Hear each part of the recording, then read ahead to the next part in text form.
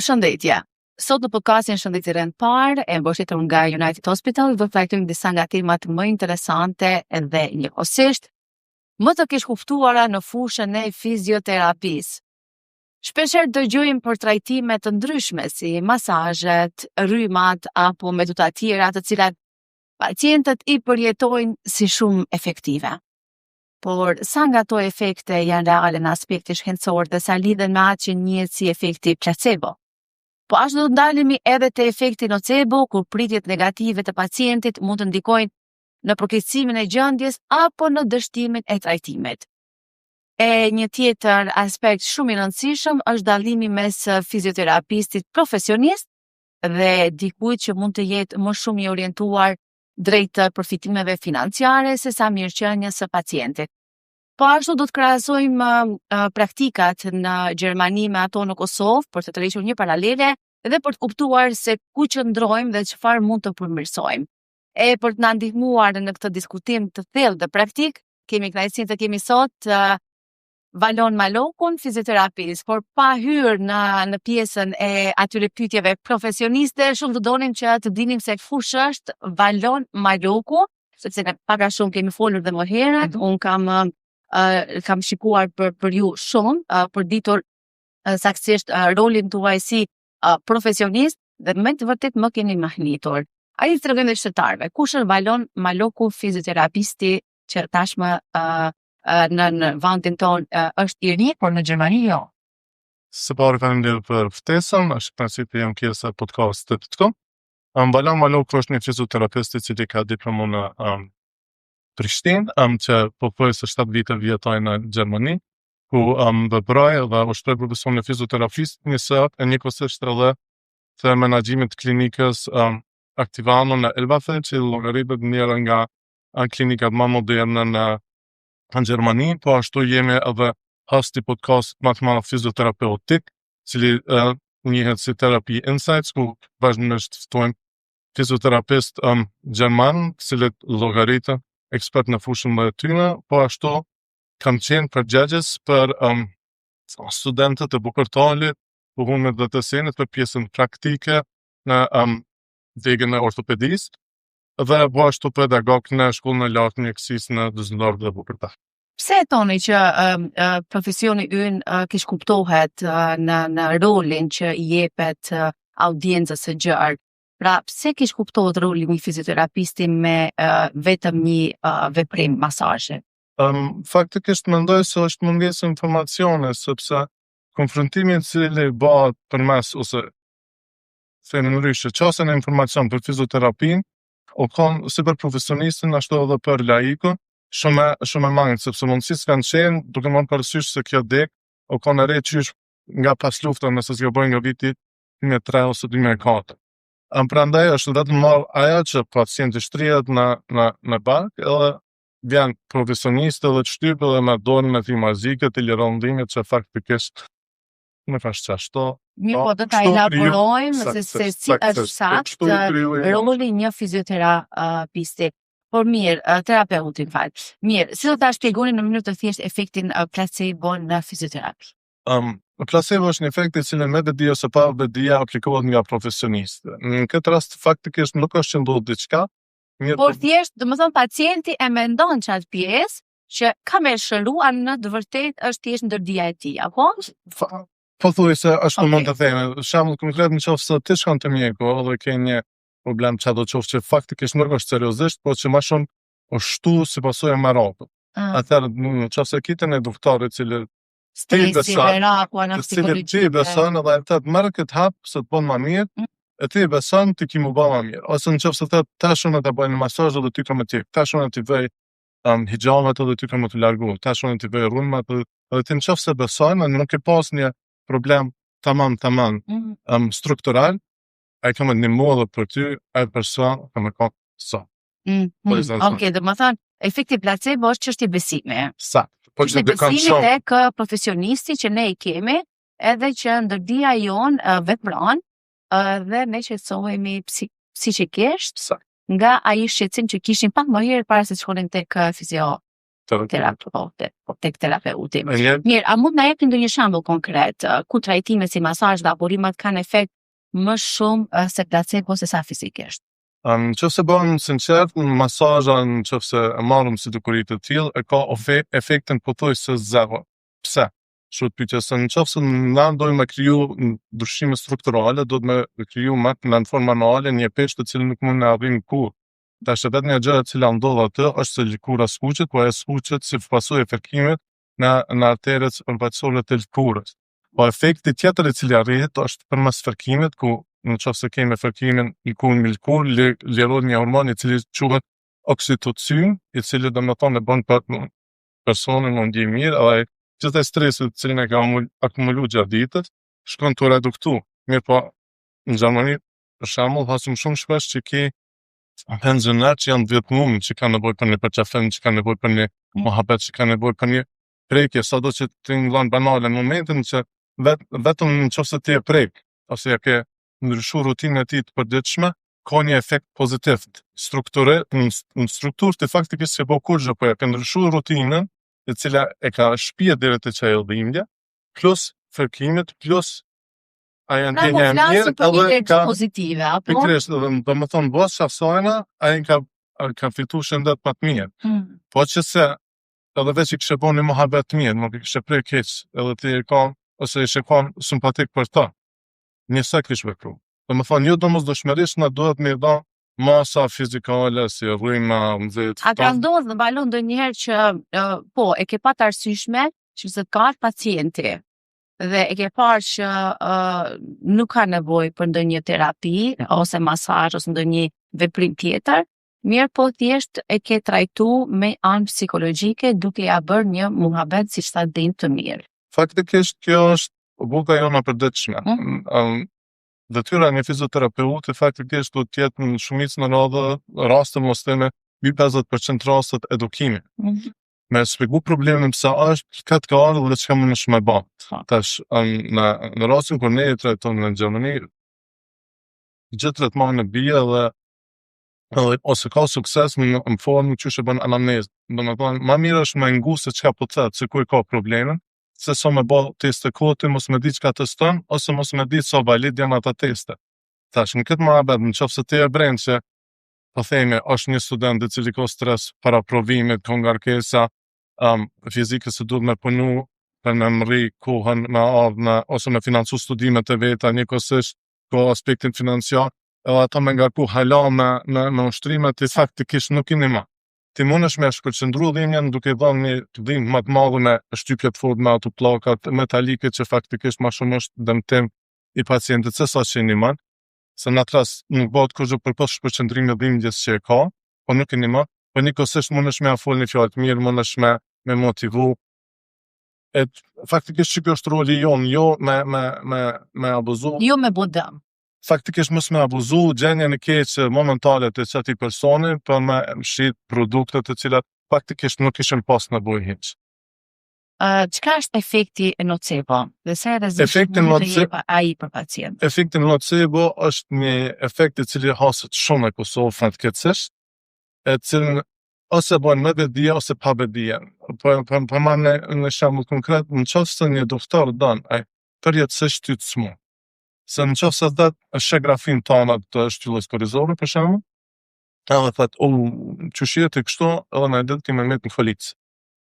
Tash, ty faktikisht në ndërvedien tonë ty ka bërë dëm shumë të madh, sepse ti tash vazhdimisht kime çuna në atë edhe kime frenu që mos mi bën dëm shpinës, duke frenu vetën në mënyrë të mbrojtjes, ti nuk mund e përdor trupin që shta ka dhënë Zoti ty për me e përdor.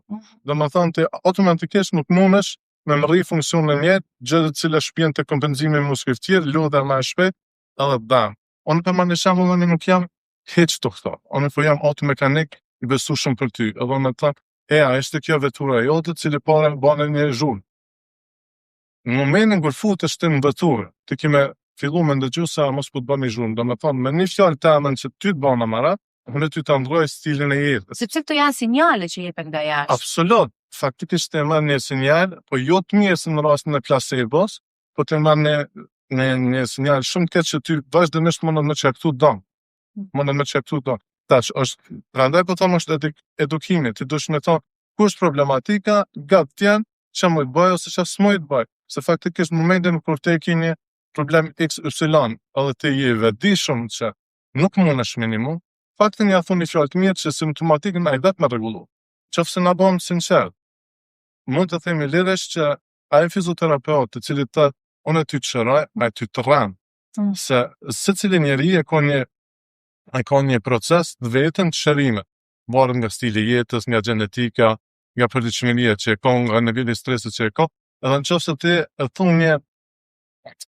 një deklarim paushall që ana të shëroj, aja nuk qëndron. Po çfarë duhet të thotë një fizioterapist? Po varësisht prej problemit që ka, tash, si ta më herët bëhet ekzaminimi, bëhet anamneza, më mbas sana të jep teorinë.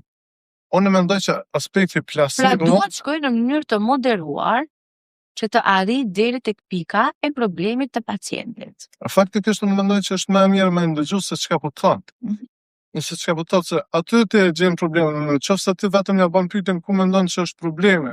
Shumica në rastet na e dim vetë, po nuk jena në gjendje me artikulu. Edhe nëse e shati problemin ku është, edhe në çato të mikokash. Unë mendoj që trajtmani e placebo nuk është i keq. Unë mendoj që është shumë i mirë se faktikisht ja marr frikën pa e mundu shumë. Problemi është nëse abuzohet, se ona isha në ditën 2022 në kuadër të Republika me skuadrën U17 të NBA në Berlin. Edhe lojtari më i mirë nuk mund të futej në lojë pa i vënë një tejp. Tejpe e ka po ashtu funksion pothuajse zero. Mirë po psiqika tina, placebo i ti është që po nuk e pat tejpingon, ai nuk ka mujt me lujt. Tash do më thonë që ka bën me endja, është pothuajse. Esakt. Po mirë, si menaxhohemi që thatë për Kosovë, do më thënë, kemi trajtimit të duhur të pacientëve, që doktori mund t'ja komunikojë në mënyrë jo të mirë një pacienti. Si menaxhon këto efekte placebo dhe nocebo në shtetin ti ku vepron dhe jeton në Gjermani? Fatkeqësisht nga doktorët njësoj, sepse fatkeqësisht nga doktorët njësoj, sepse doktori nuk përfiton nga një. Jo, e praktikoni? Jo, se faktikisht unë nuk themin çdo gjë ka të bëjë me etikë. Nëse është një sistem i shëndetësor i formuar në atë formë, saqë të unë të vjen vetëm një numër caktuar të seanca. Do të thonë që mbaron ato të 6 muaj s'mund vjen. Do të thonë nuk kam ty pacient të vazhdueshëm që më dojë mos të këmë ardhë tonë, ona ty të mjel nga ona financiare për aq kohë sa që mund nevojitës. Do të thonë kam një numër të caktuar të seancave, të cilin muja trajtoj pacientin edhe aty mbaron. Te doktori është forma në atë mënyrë saqë në çdo 3 muaj ka drejt kontrolli vetëm një herë. Për që do 3 muaj të mund shkëm më shpesh, po i pagesën në martë njëjtë. E që mos më ardhë prap, ajo ose ta jep termin mas 3-4 muajve, ose të je shumë keq dush me bo, ose ushtrime, ose dush me bo këtë ose këtë. Ndonjëherë, noceboja përdoret edhe si motivim, që të ndryshoj stilin e jetës, të në pesh, bëj ushtrime, ketë më shumë lidhëshmëri, që dhe qo. Mirë po në momentin kur ti e din saktësisht që i shkakton dëm, është njerën. Po mirë, si mund të dallojmë si mund të dallojë pacienti, një profesionist nga dikur të më thënë që fokusohet më shumë në fitim financiar. Po, faktikisht. Si mund të bëjmë të dallime? Ona kisha shtru problemin në një tjetër rraf që mund përgjigjem këtë pyetjen këto. Po. Gjithmonë është në pyetje se terapeuti jep ato çka pacienti edhe don. Unë e vrej me pacientët shqiptarë të cilët kam në Gjermani, ata vinë me atë pritjen që kur vinë të ona e qesë dorën, edhe në momentin kur e bëjë në dorën shpinë që aty në një aliroj dhimë të shpinës edhe bëjë magji. Në rast që të ndodhë kjo, unë e kisha marrë për çdo trajtim 2.000 euro, ajo është magji, e nuk ndodhë. Në momentin kur unë mundona me eduku, me tregu se ku është problemi, se çka duhet bëhet, që në shumicën e rastet ushtrimet janë baza ose janë alfa dhe omega për më përmirësu, atëherë është një zhgënjem sepse kanë prit në diçka tjetër, ka prit që ona me aliru problemin, jo që ata vetë dosh me bëjë diçka. Edhe që aty vjen tash konflikti. Momentin se janë shumë të shpeshtë këto metodat këto që përdoren si hijama, dry needling, masazhat, rryma, dritat janë sepse unë mendoj se është perceptimi jam, në qoftë e gabuar, është se jemi pak popull që kemi marak në drama. Se në qoftë se ti vjen për shembull si pacient tonë, edhe thonë e ki problemin XY, dush me bëj ushtrime për 10 javë me tjek, për çdo seancë që vjen, të kemi pagu ushtrimet që i bën. Ti nuk i që e kallzon rrethët. Nuk është interesant se thu isha të fizioterapeutën të bëj ushtrime, tha, kështu di edhe ona. Në qoftë se ti shku thuj, mi ka qito gjama, mi ka qito rryma, është pak më interesant, është diçka storja më interesant, edhe është në diçka që ti nuk e kupton. Dhe vetë fakti që ti nuk e kupton si laik, duket interesant, po thu, tek që është kaq interesant, kjo duhet me ndihmu. Edhe direkt në vepron efekti placebo. Domethënë, pritja jote është që kam të ndihmu, edhe të ndihmo. Nëse ti vjen tonë të ushtrime, që faktikisht në afat gjatë, është më e mirë, po ti priton, edhe nuk duket special mjaftueshëm, thu kush është mbane. Po problemi do të shtrua në trafsh që unë ty nuk bëj. Muhabeti është ti e bën me bë diçka për vete ose jo, nëse është substancë. Atëherë, Valom, tregu pak ti si fizioterapist, cilat ushtrime i praktikon tek një pacient që me të vërtet e shikojnë që ka nevojë për intervenim? Ushtrimet nuk mundna me paushalizu, domethënë është një shprehje shumë e mirë në gjermani që thonë shumë rrugë quajnë në Rom. Pasysh për problematikës dhe amnezës që ke marrë, ti e zgjedh edhe ushtrimet për ato që mundet me bë ose çfarë mundet me bë. Mirë po, shumicën e rasteve mjafton edhe veç nëse ndryshon stilin e jetës, nëse lëviz pak më shumë, bën më shumë hapëse. Dhimbja jo domosdoshmërisht domethënë që është diçka e keqe. Dhimbja është në shumicën e rasteve një sinjal që ta diçka nuk është e sigurt. Kështu çka po ndodh.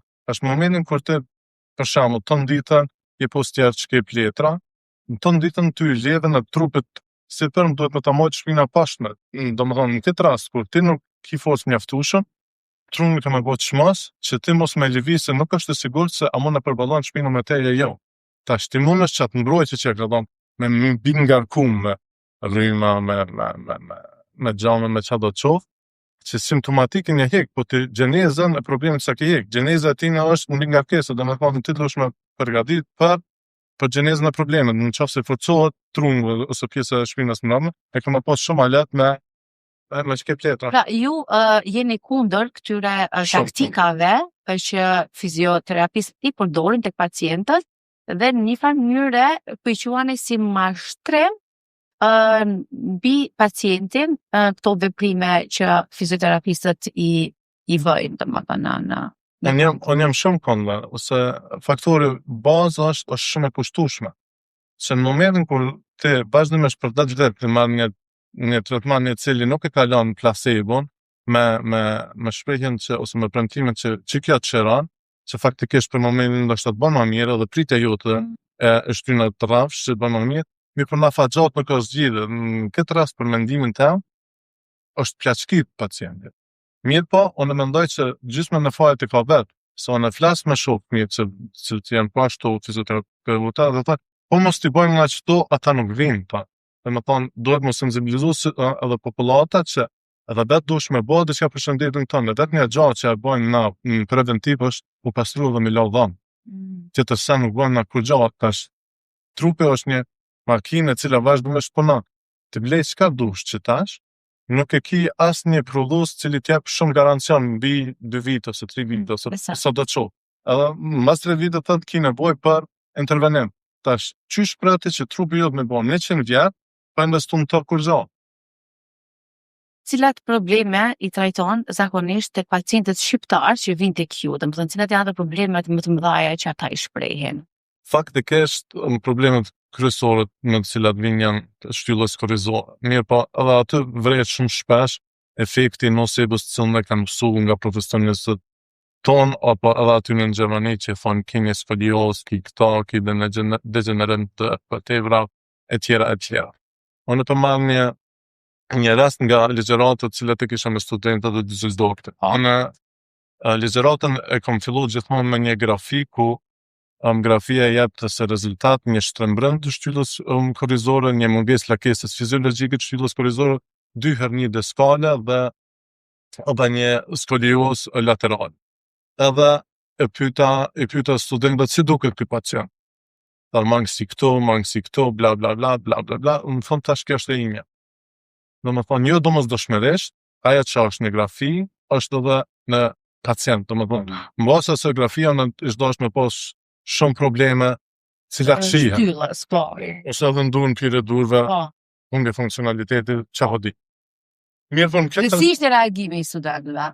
ata ishin fillimisht stepu, po në Gjermani është argumentimi në atë fund, so që dush më dhona dhe referencën pëse ka e ke marrë. Se në vitin 2015 janë marrë 3.000 persona, të cilat janë fut në grafi që s'kan pas simptomatik hiç. Po thuj se mbi 90% kjo janë pas degenerime diskut apo të shtyllës korrizore. Mirë, po kjo faktikisht e ka vërtetuar se jo ajo që shihet në grafi, domosdoshmërisht do të thonë dhe shfaqet e pacientit. Po, je probleme njëtë. Sa? Në qofse themi ose paushalizojmë deklaratën, themi skolioza ty t'jap dhimbje shpine.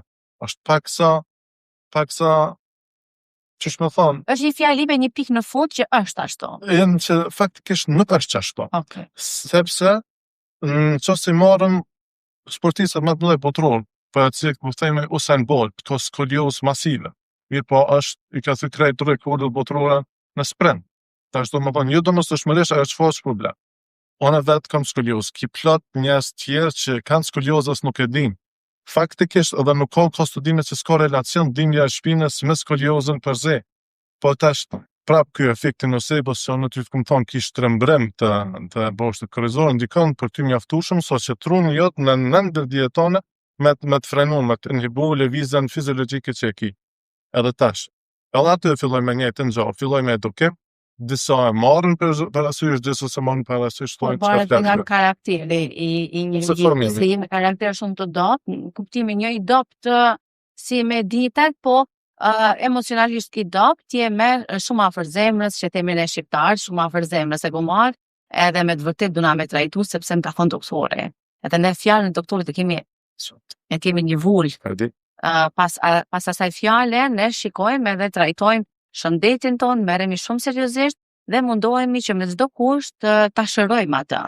Ndoshta këto fjalitë që sapo i that kanë shumë bëjnë nga ana psikologjike, sepse edhe unë vetë kam pasur rast ku kam marrë udhëzime ose konsulta nga doktor që më kanë thënë mund ta kesh, dyshoj për këtë, mund ta kesh. Mirë, pa ai dyshimi apo ajo mundje, mund ka vëzu për toke, emocionalisht shumë e dopt. Edhe që kam bërë ka marrë gjitha hapat e mundshme, të analizat më të thella, a e kam apo se kam këtë simptom. Edhe rezultoi që nuk i Ana psiqike imja ishte shumë e lodhur në atë periudhë dhe ka dashur kohë që ta rimarr veten psikologjikisht, në mënyrë që ta ish gatruri që nuk e kam një sëmundje të tillë, edhe pse edhe po ta kisha nuk do vdisja, po thjesht ana psikologjike u shqetësua maksimalisht 100%. Ja, pse ashtu të kime? Shumë ka rëndësi fjala e doktorit si jepet, mënyra si jepet komunikimi dhe metoda jo e butë, se nuk duam që ta normalizojmë ose ta zbusim këtë pjesë nëse me të vërtetë e ke. Mirë, po që ta i gjejmë një anë të mirë, një rrugë të mirë, në mënyrë që mos ndikojmë edhe më shumë tek pacienti.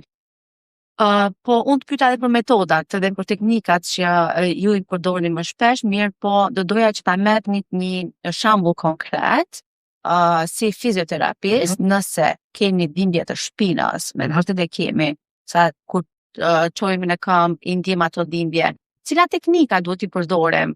Ju i gjamë më thatë nuk e përdorni, rrymat jo. Cila teknika i përdorni valon? Faktikisht prap kthehemi te anamneza, domethënë mbas është bëu anamneza, bëhet ekzaminimi edhe përmes testeve të cilat llogaritën valide, bëhet sana përzgjedhjen e ushtrimet.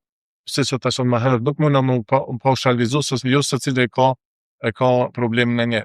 Po vetëm nëse themi, nëse gjatë ditës ka bëhet çështo ose është kërkuar para, themi provo anën tjetër, vetëm kjo mjafton që ati me i shfaq problem se nuk është mësuar me e bë. Tash faktikisht ti vetëm i sinjalizon trunit që lëviz pak edhe shif se çka po ndodh. Se në momentin kur të fillon lëvizjen, e vren trunin se sa e sigurt është ose sa sigurt nuk është. Në momentin kur ka shenja që mundet me dëmtuar, nuk lejon më shku më tej. Në momentin kur e vren që është okay, a e lejon se cilën herë, dhe vetëm ajo lëvizje ndikon që mos tonë permisohen, po të jep një efekt cilën ai jetë përpamjes. Sa minuta rekomandon pacientëve që të lëvizjen, ose ti bëjnë ato ushtrimet e shkurtra ose të gjata? Po tash Se kemi disa rekomandime specifike. Do të shtohet problemi këtë vash. Në tam që nëse ti ke një nocebo, ti faktikisht ke me frenu veten në ndëdije. Momentin kur unë them lëvizë, se nuk gjon gjë, ai faktikisht e lëviz një herë, 2 herë, 3 herë, ai nuk është që u bën një ushtrim ku me ditë sa. Mirë po, ai e fitoi atë sigurinë e cilën e kish hup si pasojë e nocebës. Domethënë, ai e vren që aja që e kish marokën më herët që mundet me dëmtu që nuk të këka qashtu. Edhe vetë fakti që ndun nga qemara, ai frenimi në nënvedije nuk ekziston më, muskujt përmën pak më lart, edhe ai shërohet. Që dhe me thonë shërohet, po kalon në pjesën ku është më e mirë për të. Parimisht ne i trajtojmë pothuajse 90% të gjithë rasteve me ushtrime sa më të rënda fizike. Domethënë përdorim shumë pesha, përdorim shumë ushtrime për forcën, edhe nuk qanë pesha e përdor koncentrike, eksentrike. Shkenca thotë se secila e ka vend në vetë, qanë peshën për jashtim të disa probleme. Fjala për peshat e rënda që i çojmë? Edhe nëse kam një zonë 60-70 vjet, ka probleme me mesin, një dhëm një pesh 15 kg e kam qonë. Aja nuk merr masazh, se faktikisht aja ka problem si pasojë e muskulaturës e cilë e ka hu me moshën se prej vitit 30, do më prej që për 30 vjet, trupi i njeriu për çdo vit ka 1% masë muskulore. Tash, ata edhe shkojnë tu bëu më adapt, edhe tash për me mujta e më përballu për dëshmërinë e vet, me mos puca, me mos diçka poshtë. E du me konë gjendje që levën në cilën e ka trungut për para me mujtë me qunë. Në momentin kër ajo mund e qenë edhe peshen, e levën në trupit që ka problem, në thonë me këndon një ushtrim funksional, cili kryen punë për të qmëri, që së një bëj masazhen në shpinë, çfarë efekti ka e të shpije ku donë në mas kuca. E qartë. Po, pajisjet që i përdojnë dhe më thonë janë pikërisht këto pesha që ju i quani të trendit fundit, një farë mënyrë moderne, pajisje moderne. Po teknologji tjetër apo dorni për fostur e peshave? Çdo klinikë mirë duhet të ketë një gjem. Në momentin gjem fitness. Po, në momentin kur ski fitness, po i ki vetëm që do lëm profesionistin, që ju profesionistit, po i ka vetëm rryma, hijama, dry needling, akupunktur, atë më mirë mos e fot, sa të më shumë një presë sa si e pacient. Okej. Sa kohë mund të zgjasë trajtimi tek një pacient sipas jush? Prapë është individual. Ka pacientët në cilat nëse hek marokën, ajo është mas 5 minuta, është okay, as nuk i veprej. Ka njerëz të cilat e kanë shumë thellë të theksuar këtë pjesën e marokën, ose e kanë edhe probleme strukturore. Në natyrë ka për proceset e veta të regenerimit, i ka kohë të caktuara, edhe po themi nëse kemi një kutje të ligamentit kruciat, ose kemi një refleksim të një musklit të krahut, e kemi marrë kohën e vetë më shëru, ato që tash nuk qëron profesioniste, ato që qëron trupit e. Dhe në qofë se bëhem sinqer, shpeshe në qofë se ti nuk shojnë të profesionisti heq, e të kalon vetë. Shumë terapeuta nuk e thonë, mirë po është sinqert, është shumë e sinqert në qofë se thu. Sona me këto që po thonë nuk ku du me dëmtu asë njën prej kolegëve. Në thjesht që du është që me sensibilizu personelin fizioterapeutik, sa në të kefonit të me kem pacientat të mija në këto nuk vi, as nuk përfitoj kur gjo. Në du një sensibilizu kolegët e mi, edhe si do mos popullatën që në qëfë se donë që ndet dush me ba, dhe që ka ju me prit që ajtë bjena dhe... Edhe që rënë si me magji. Po si e motivon pacientin dhe më thonë që të vazhdoj ushtrimet? Faktikisht, unë mundonë për atë kohën sa është me mund, me lezet, nga bo ushtrimin pak ma interesant, mirë po disciplina e krijon vetë, në qofë se aj nuk është i gatë shumë e sakrifiku për kohës të vetë, për shëndetin e vetë, që më shëru, pësa atëherë ona më mundu për ta. Dhe më thonë aja është përgjithësi për vetën e ti, në qofë se s'ko përgjithësi dhe. Nëse në qëndrimi ullur, si që jam unë, ketë djegje shpina, të djegë, dhe më thonë, e ndin disa, unë po shpreme djegësirë, e ndjen disa dhibje në shpinë. Çfarë mund bën një personi cili ka këto simptome? Po, në formë, unë, si se tash më me egzaminu, po parimisht unë kisha filluar e kisha qyrë sa është niveli stresit, që zakonisht kjo pjesë sigur është shumë ndikuar nga formë. E dyta, isha provu me forcim muskulore, kisha ndryshu rutinën e ditës, kisha ndryshu stilin e jetës pak sa. Domethënë çdo gjë që të shpije në një pozicion në cilë të jap ti çat dhimbje, e kisha provu me modifiku. Në aspektin e stresit, mandej kisha provu aspektin e forcës, kisha provu ndryshimin e pozicionit, se shpesh nuk është problemi se si ulemi. Se në qofse paushalizojmë deklaratën e thënë, në qofse ti ulesh gjatë këtij dhimbje shpine, atëherë secili person i cili është në karrocë, i çdo me pas problem shpine ose djemë të cilët luajnë kompjuter me kalkulator. Shumica prej tyre në fakt dhimbje shpine sepse ata që e bojnë me qef. Mirë po edhe në përflajën e kemi një pozitë ose zgjedhëm pozitën më komode të mundshme që mund të gjejmë pa mbas studimeve të cilat janë bën brenda orëve ndryshojmë minimum 4 herë pozicionin në mesatarë, se ndoshta një që flanë më gjatë, po në numër total brenda orës ndryshon 4 herë pozicion. Domethënë edhe pozicion më komod ti nuk e mban mbi 15 minuta. Tash nëse përkthejmë në përditshmëri, ti je para kompjuterit dhe bën një punë të cilën ti faktikisht e priton shkonerë çapo dione, edhe ti jap stres, ti automatikisht kemi kaluar në këtë formë edhe mban më gjatë se sa që ti faktikisht dëshiron. Edhe ata në dikuna reagon trupi thotë, hey, ta jap në ditë të bëj diçka. Ndrysho pak rrethën e kushteve të cilat i ki për rreth, është veç me ndru pozicion, është me bo zgjatje për muskujve. Po, faktikisht këta e bëjmë dhe ne që jemi në për karigët tona ullur para kompjuterit dhe e shohim, dhe më thënë që kemi një pirje të muskujve, një pirje të pjesës të këmbëve dhe çfarë bëjmë? Çojmë në këmbë, bëjmë pak shtriqje të muskujve, mirë po nga njerëzit nuk mjafton. Duhet dikush të ma masazhoj trupin. Apo është prapë psiqika? Masazha për se nuk ka kur gjë të keqe. Se në si e tillë, domethënë ndihesh mirë kur ta bën dikush. Patjetër. Është një relaks. Absolut, se sistemi vegetativ, domethënë shuhet. Në momentin kur shuhet ti jesh direkt më mirë. E kuptoj. Parimisht unë nuk jam kundër. Unë vetëm kur kam probleme është më thonë kjo është zgjedhja që ty ta hjek problemin. Okej. Për gjithmonë. Je me fjalin që fizioterapistët nuk duhet të japin një fjali me një pikë në fund. Mirë mo duhet të trajtojnë çështjen në bashkëpunim me pacientin. Po, pika kryesore këto është nuk duhet të trajtojnë simptomatikën, po duhet të trajtojnë gjeneza. Se nëse ty të bëj masazh, faktikisht unë kam trajtuar simptomatikën. Nëse unë ty të lë 3 javë me bë ushtrime me pesha, ti mos më pas problemin që më pas nevojë për masazh. Edhe në mendoj që më mirë është me u trajtu gjeneza që na fat gjatë mos më pas problem, se son më fat shkurt me hik problemin, se përsëritet vazhdimisht dhe prap shkon te kostoja e paravojshme. Fizioterapia ka disa fusha, po cila nga ato është më e kërkuara? Ortopedia. Pse? Pak të në Gjermani. Se përditshmëria jon shfaq ty probleme në cilat trupit duhet më përball. Edhe tani duke marrë parasysh levat të cilat krijohen, pasivitetin e cili po është në popullat, domethënë po ndikon mjaftueshëm sa që më pas çdo ditë problem. A ke pas pacient që ankohen doktor nga përdorimi gjatë i kompjuterit dhe i telefonit, kam dhimbje të kyçeve? Faktikisht të thënë drejtën, jo, shumë rrallë, nëse nuk paushalizohet se si deklarat të tillë. Domethënë, ai thotë ti ke probleme strukturale, s'është ma nete në përgjigjen në. E qartë.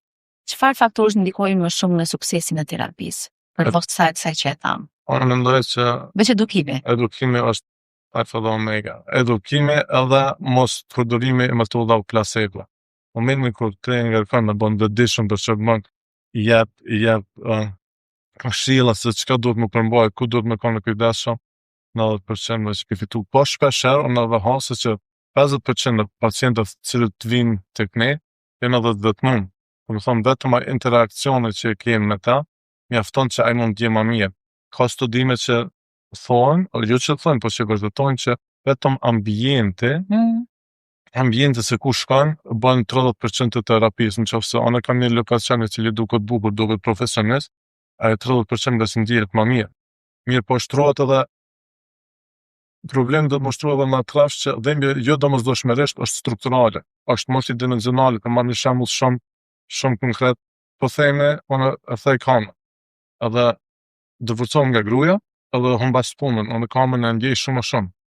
Po qofse unë e thej kamën, edhe ma thonë me Kosovë, fitaj loto. Me Miss Kosova. Okej, shembull. Dhe me më të mira. Me më të mira, fitaj loto. Okej. Ti prapë ndjelimin e kamës. Po shumë më pak. Se pak. rrethonat për rreth janë shumë më të mira. Do të thonë çdo gjë çka më rrethon, mundet me intensifiku dhimbjen më shumë ose më pak. Tash do të thonë nëse unë jam në gjendje të mirë shpirtërore, ose nëse edhe dëmta diçka strukturalisht, më thëmë hajtë se e kaloj. Për momentin kur unë jam shumë keq në jetë private, punë, çapo di, edhe njëkohësisht kam një dëmtim strukturor, unë kam ndjetë dy fesh. Nëse do të vinit në vendin ku ke lindur, ke jetuar, je shkolluar, për të punuar, për të dhënë gjithë atë bagazhin tënd tek shqiptarët tonë. A do ta kishe marrë për bazë pikërisht këto që I the pak më herët, domethënë si pjesë e parimeve tua profesionale dhe ti praktikone tek pacientët në Kosovë?